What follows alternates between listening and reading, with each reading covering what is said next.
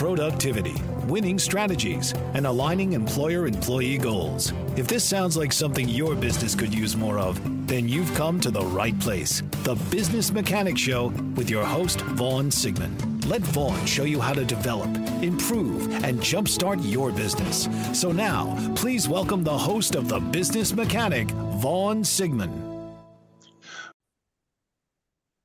Welcome to the Business Mechanic Show. This is your host, Vaughn Sigmund, co-founder of Results Driven Leadership. Once again, it is my true pleasure to have John Karwalke and Eric Van Doornen joining me today on today's podcast. Gentlemen, say hello. Hello, listeners. Hello. Pleasure's mine. Yeah. So today, this all got prompted by me. And it seems like things come in waves. I don't know about with you two, but things come in waves. And the wave in the past week or two with clients has been they're managing a younger group of employees, the Gen Z generation, very smart people.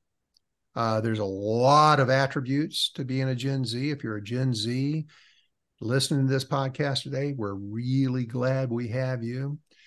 But if you're a millennial managing Gen Zs, if you're a Gen X managing Gen Zs, if you, God forbid, you're a baby boomer managing Gen Zs, you're going to want to listen to this because there is a lot of frustration and just people being confused, leaders being confused. Why are this young generation of employees so much more difficult to manage? And we're going to share with you today some tips and ideas that we know work. This is the advice that we're giving our clients. Our clients are coming back to us saying, man, this stuff works. You just taught me something that is really important. We're going to share some of that information with you all today.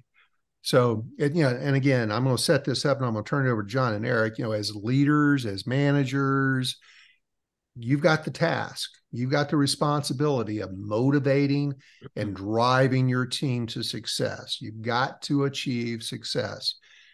The challenge becomes especially pronounced, and it's happened in the past few years, but I'm seeing it a lot more in the past few weeks, is the Gen Z workforce. How do I lead them effectively? There's nothing wrong with them. They're just different. And it's essential as a leader or as a manager that you understand the tips and approaches that are going to work best with this generation. Couple stats that I put out on my blog. There was one poll that where 75% of managers surveyed out of several thousand said that Gen Z is more difficult to work with than other generations. Moreover, 12% of those managers reported that they had fired a Gen Z in the first week of employment. That's staggering, isn't it, John? It's crazy, Vaughn. And I don't even know what to say about that. Well, actually, I do in a minute, but I'll let you continue. Well, and so when let's just get right into it. There's a problem. Let's offer you a solution. Let's offer you some ideas today. So between the three of us, we're going to make this a short podcast today. In about 30 minutes, we're going to be out of here. How to be more effective managing Gen Z. So first of all, I think it goes without saying you have to embrace and recognize that you can't change a generation as an individual. You have to change you. You have to adjust your leadership style, probably in several ways. And so, John, when you think about how a manager or a leader needs to adapt or adjust their leadership style to be more effective with Gen Zs, what's some of the advice you can offer? Well, I was going to say, first of all, let me just preface it by saying that I think anything that I have to say and that we have to say collectively is going to be a broad stroke brush about a whole generation. So it doesn't always apply.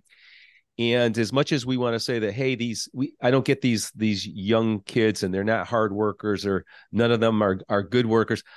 I got to say that that's probably nothing that's particular to this generation. I'm sure I'm positive that my dad, who is one of the greatest generation and my first boss, said the same thing about me being on the tail of the baby boomers. Like, these guys listen to crazy music, have long hair and all that. So I think my biggest piece of advice, though, is that rather than trying to change your workforce, because remember, before long, these Gen Z folks are going to be running the whole show. They're up and coming.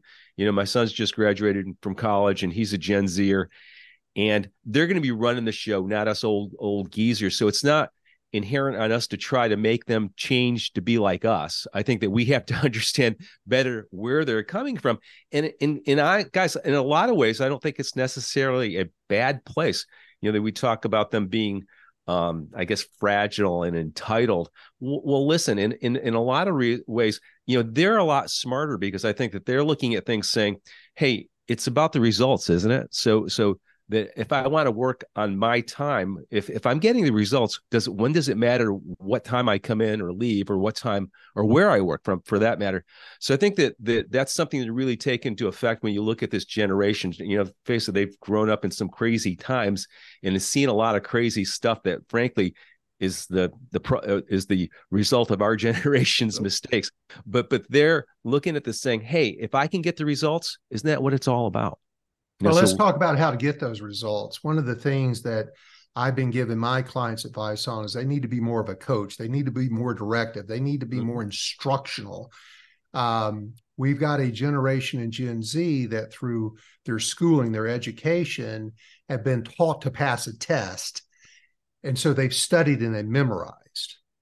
I'm painting with a very broad brush here, but what is very common, and where a lot of the problem is coming from, the challenge is coming from, is that the Gen Z, and some part millennials, but Gen Z for sure, have been taught what to think, not how to think.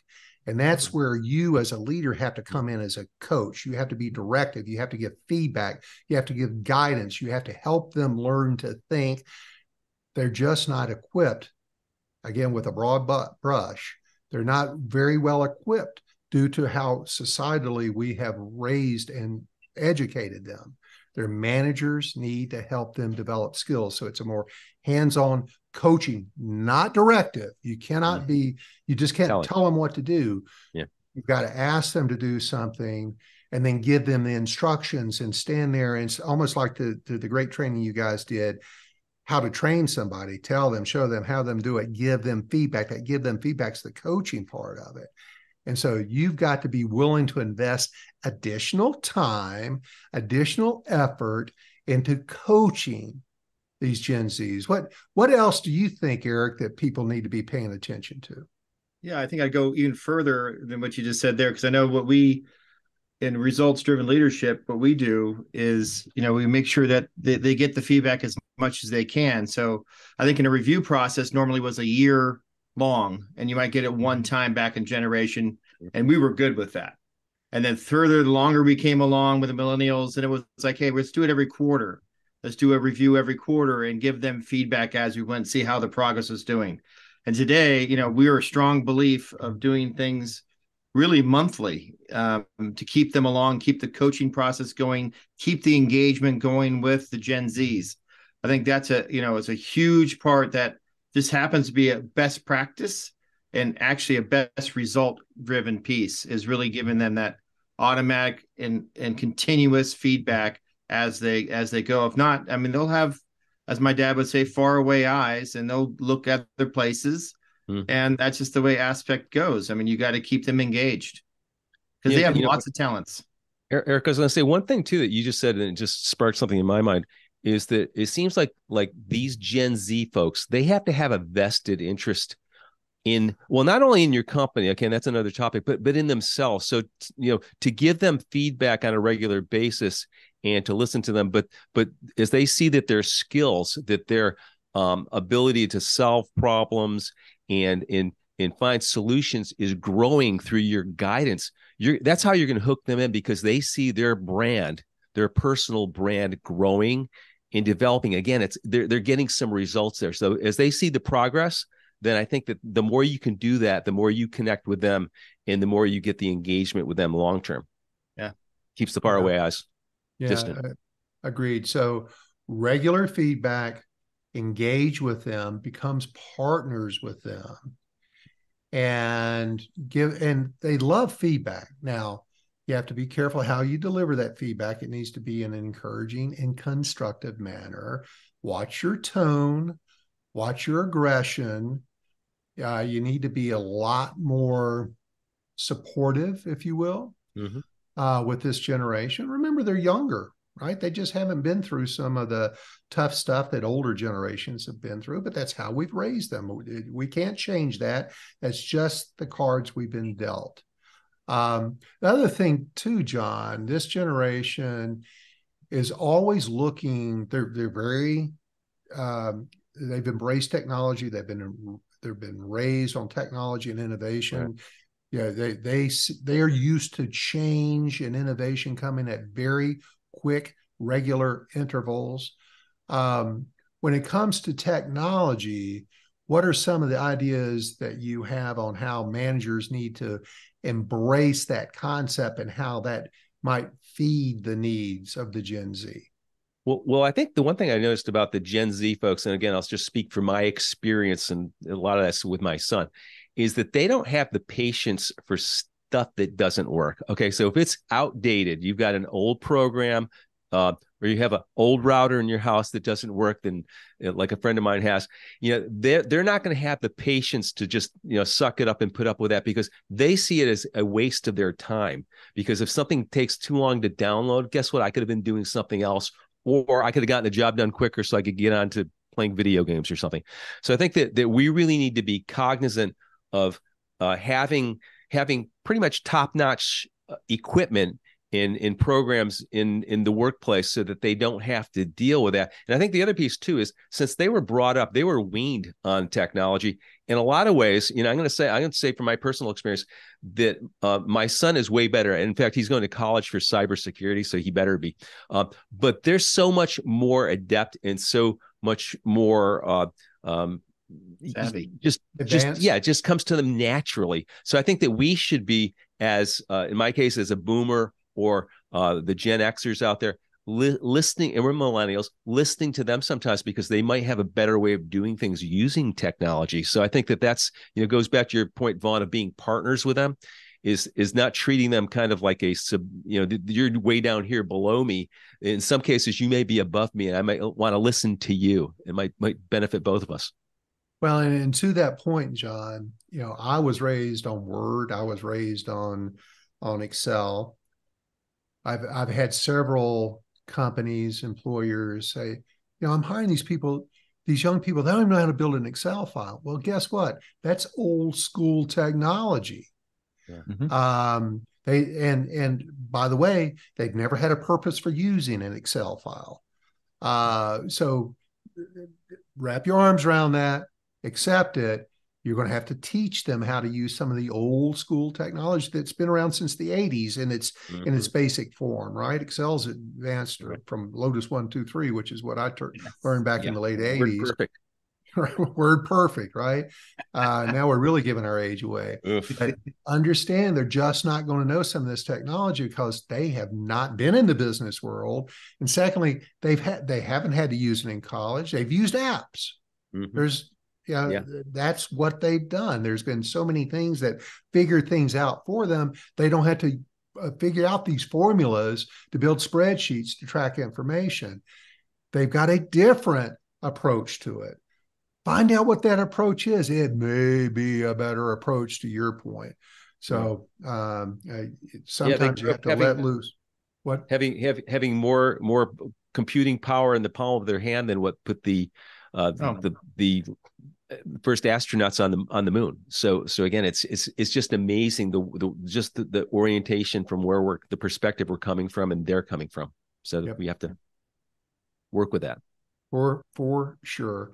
And by the way, this comes up in every podcast, but every Gen Z has a DISC profile. Mm-hmm. And again, we can't lump them all into one big basket.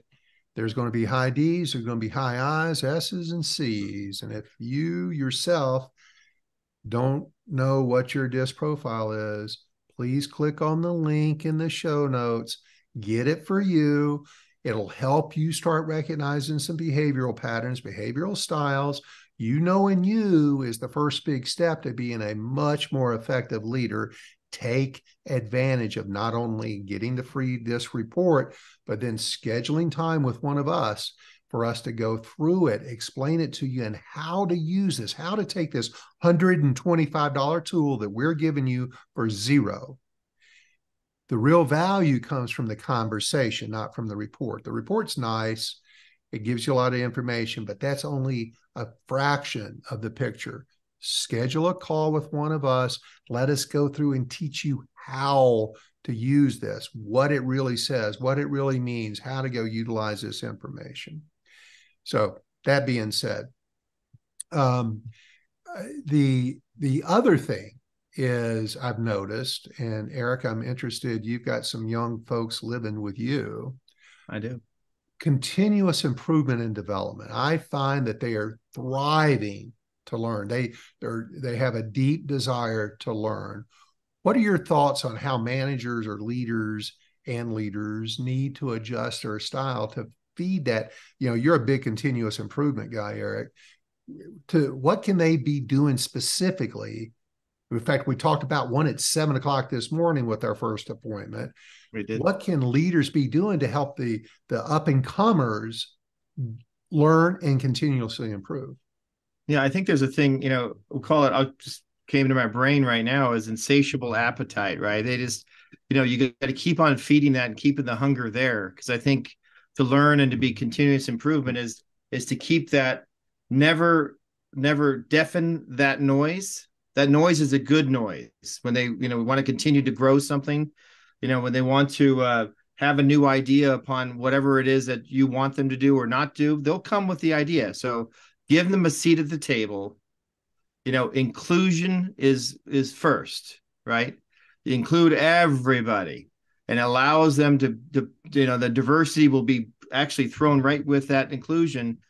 But the diversity piece keeps everyone on the even keel, because I think there's a piece here with Gen Zs is, I think it used to be kind of a pyramid effect where you had the CEO, you had the levels of management. And today with the Generation Z, it's more of a flat plane, I think, where everyone is kind of in that associate level, which we're all associates. Mm-hmm. We all have a voice. We all have a part. We're smart enough. We have technology. Be surprised what comes through on those type of levels and training. But, to continue people thinking and continuous improvement, I think that's where I see the future, if not right now, especially with Generation Z. They're so smart, so they always have an idea of what could be better. And if not, they'll tell you, you just got to listen. They'll tell you. Well, but let's talk about teaching them. And one of the approaches I know works really well, I've suggested this with several clients, is have a weekly lunch and learn, or schedule yourself as a leader to be available an hour a week to come in and just discuss things, help them work through problems, discuss challenges, learn from you, be the sensei, be available to them. When that's that kind of learning and that coaching and that hands-on and that care go miles with this generation. And all you have to do is schedule a friggin' hour a week, or, bring lunch in for an hour, invite everybody in, have your Subway sandwich, talk about, what's your biggest challenge? What's your biggest challenge? Here's the problem of the day we want to talk through. What are your ideas? What are your ideas? Go Google lunch and learns. Go Google office hours. You went to college, your professors had this. Just be available to them to discuss topics, challenges, subjects, and help them learn continuous improvement. Secondly, that's building a relationship with them that is very important. Always remember, people work with people, work for people, not for companies. And so, folks, they work for you. They don't work for Acme Amble Corporation. So, John, you have any experience with mini or kind of informal training sessions with groups of employees? Well, yes. One thing we did at one of the companies I worked at was we used to bring a group of, and we had a cluster of stores in this one particular market, and we brought in all of the assistant managers. Okay, so this wasn't the store managers, and again, these are retail stores, and we had 4 brands at the time, and we had, I don't know, maybe 6, and we had invited a couple from neighboring cities, if you would, to this luncheon where we just buy pizza, and it was hosted by myself and the district manager. And we had these folks that were the second in command. So they weren't even the boss of their particular units, but this made them, elevated them in terms of their stature, because they got invited to the lunch with John.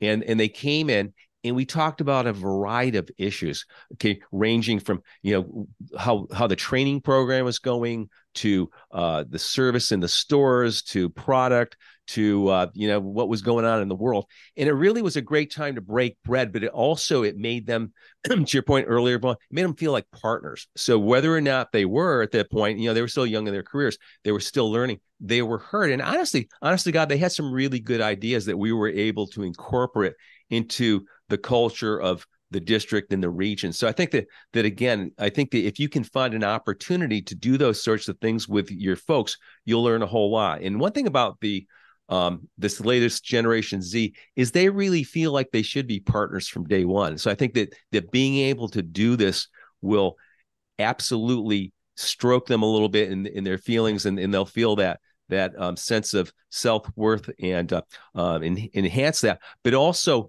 it will help you get information from them and have that two-way conversation and gain trust. And isn't that what we're trying to do at the end of the day? Because these folks they're not the generation like we were, where you put in your time at work for 40 hours and then you got to be, off in your life. They don't want to do that. They want to have their work job be their personal life. They want it all. They want it all. And I think that this helps to kind of build that and help those folks feel like they're attaining that. So I think that if you can find time to do that, I loved your idea. I forgot what you called that, Vaughn, when you said to bring people together. We used to do that sort of thing, and I thought it worked well then. And I think with this generation, it just seems like a no-brainer. Yeah, and you provoked a thought while you were saying that. Manager, leader, listen to this. You might learn something too. During these, you have no idea. You don't know what you don't know. And putting yourself into a position to engage in these conversations, determine the level of intellect, determine the level of knowledge, drive, skill set, understanding. You're going to get an education out of this too, because there's going to be all of a sudden somebody pop up and you say, oh my God, I had no idea.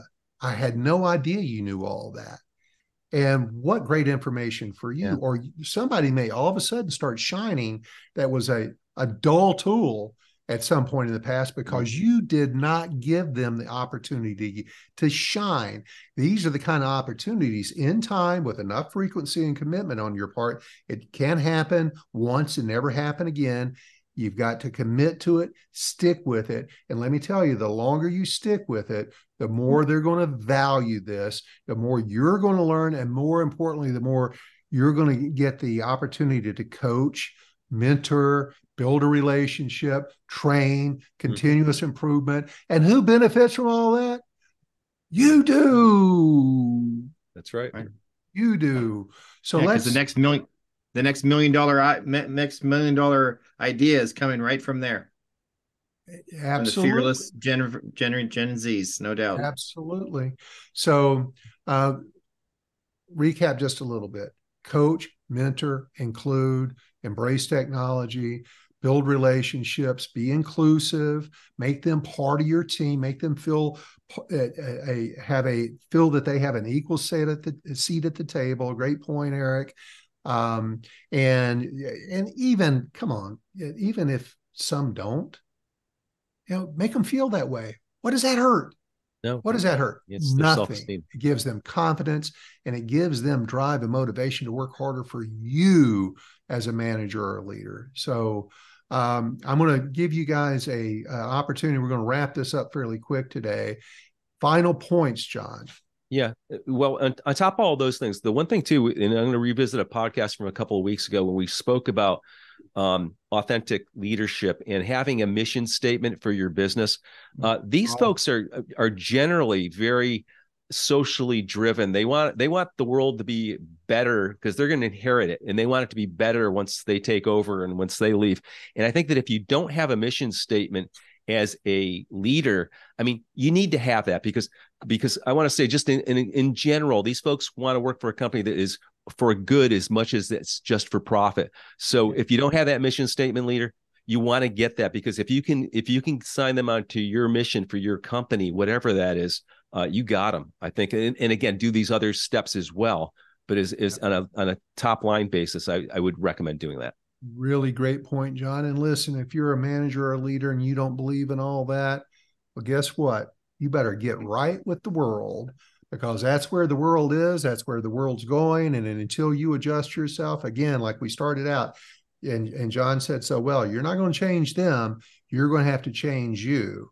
And you're going to have to stretch your beliefs and your thoughts. And even if today you don't believe in it, believe me, you get involved in giving and charity and tying them to something that's bigger, more important in life, you'll get it eventually. You'll get a lot of satisfaction out of it. So great point, John. I'm glad you brought it up. Eric, final words. Yeah, I think final words would be really appreciate the super talents that the Generation Z has. You know, when you've ever been in a situation of any kind of thing technical, I go to technical every time because I get surprised every time when I'm around a Gen Z. They go, "Oh no, just do this. Try this. Why are you doing it that way? Try this way." And I'm like, and I go, I don't feel dumb. I feel like, thank you. I appreciate what they're giving me. And the more they do it, the more I appreciate it. So understand that it's not a bad thing because they don't necessarily want to come in at a certain time. Again, it's a result-driven business. Mm-hmm. You know what I mean? It's a people business. It's results-driven. And those are the two aspects you have to understand and appreciate your Gen Zs, because they got some superpowers. Yes, they do. They do. And, you brought up a great point. I want to latch on to, Eric. Just because you work hard, you work 12-hour days, 10-hour days, 6 days a week, don't expect others to do that. And in fact, the big trend right now, and I've got a couple employers that have gone to a huge success, 4-day work weeks. If you don't have to have somebody there, you can extend their days to 10-hour days, 4 days a week, give them an extra day off. They sign up for it. They love it. They're more engaged than ever. And guess what? Productivity's gone up in all these companies too. It's a great idea if you can embrace it. Like, listen, if you have to have somebody there 5 days a week and somebody has to answer the phone, you may need to make some adjustments, if at all. But I mean, if you're somebody that can give this Gen Z generation greater flexibility in their scheduling, just because we've always come in at 8:00 in the morning doesn't mean we have to come in at 8:00 in the morning. Give them flexibility around that. Give them additional time off. It's very valuable to them. What the hell is going to hurt you? Don't stay stuck in how I've always done it. Mm-hmm. You don't have to. You don't have to. I promise you, you don't have to. So great words. Thank you both very much as always. Huge value. Thank you all for listening to the Business Mechanics Show. We will talk to you again next week. And if you liked this podcast, please share this. Please follow us. That helps us find more listeners like you to come join us each week. And we would be deeply appreciative if you would follow us and share this podcast with somebody you know and love, you feel can benefit from it. Also, don't forget to take your free disc profile. You'll be glad you did. Gentlemen, until next week, thank you all very, very much. Well, that's a wrap on another episode of the Business Mechanics Show. If today's content resonates with you, then you're going to love what we have to offer. For those of you who are ready to take your business or personal career to the next level, we have an array of training and coaching services tailored just for you. From performance coaching designed to enhance your potential, to executive coaching that guides leaders to steer their ships towards greater success. Are you in sales management or looking to fortify your leadership acumen? Dive into our sales management training and coaching. Not only will it sharpen your strategies, but it will also provide you an ROI that's undeniable. Remember, the best investment you can make is in yourself and your team. For those seeking flexible learning options, we're excited to share our online and in-person management leadership classes. These aren't just your typical courses. They are meticulously crafted, ensuring that they align with your unique needs and aspirations. And the best part, prices start at just $47 per month, making top-tier coaching and training accessible for everyone. Your growth, both personally and professionally, can have a ripple effect, the one I call the transformational triangle of change. The skills you learn, the perspectives you gain, and the efficiencies you create can translate into increased revenues, more cohesive teams, and an enriched company culture. So why wait? The potential ROI on this investment isn't just in dollars, it's in the progressive future you're carving out for yourself and your organization. Thanks once again for tuning in. And remember, every business needs a tune-up every now and then. Let the Business Mechanic Show be your guide.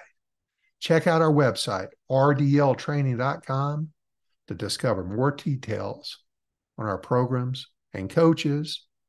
We have a link in the show notes to guide you there. Until next time, we're out of here.